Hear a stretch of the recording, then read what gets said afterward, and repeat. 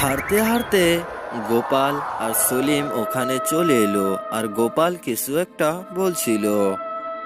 আরে বন্ধু সলিম, এই সেই ডাইনি। আরে বন্ধু, ডাইনি ভূতাই এখন যজ্ঞ করছে। এই সুযোগটা হাতছাড়া করা যাব না, বুঝছস বন্ধু? এই বলে গোপাল ডাইনির গলাটা কেটে ফেলে।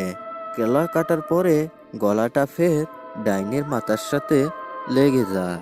তারপরে গোপাল ডাইনির গলাটা আবারও কেটে ফেলে।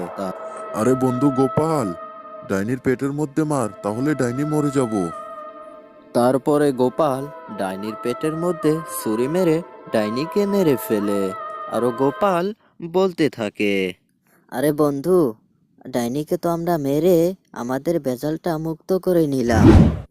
এই যে বন্ধুরা, আপনারা আমাদের এই চ্যানেলটাকে সাবস্ক্রাইব করে দিন আর পাশে থাকুন। ধন্যবাদ।